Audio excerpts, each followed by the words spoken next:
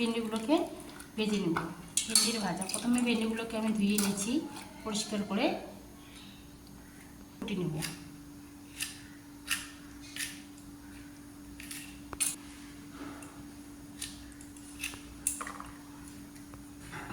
এখন আমার ভেন্ডি কাটা শেষ হলো।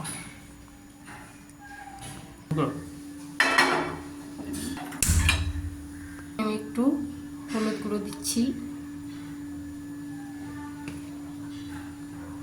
তারপরে এখানে আমি লবণ দিচ্ছি,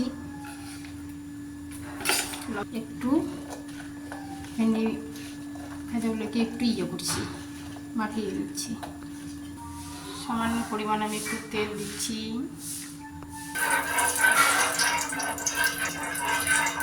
ভেন্ডি ভাজাগুলোকে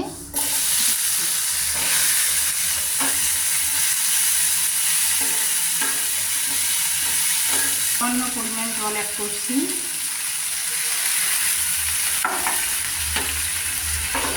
ভালো করে একটু নাড়াচাড়া করলাম, হলুদটা যেন লাগে না। ঢাকনা দিচ্ছি, আমি ঢাকনাটাকে তুলিয়ে দিলাম। ভেন্ডি ভাজাগুলো সিদ্ধ হয়ে গেছে, নাড়াচাড়া করছি। 3টে কাঁচা লঙ্কা দিলাম, আর একটু দেব সরিষার তেল।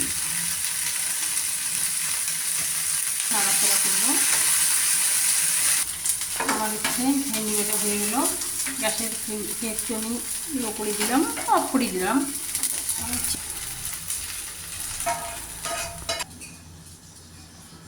ভেন্ডি ভাজি।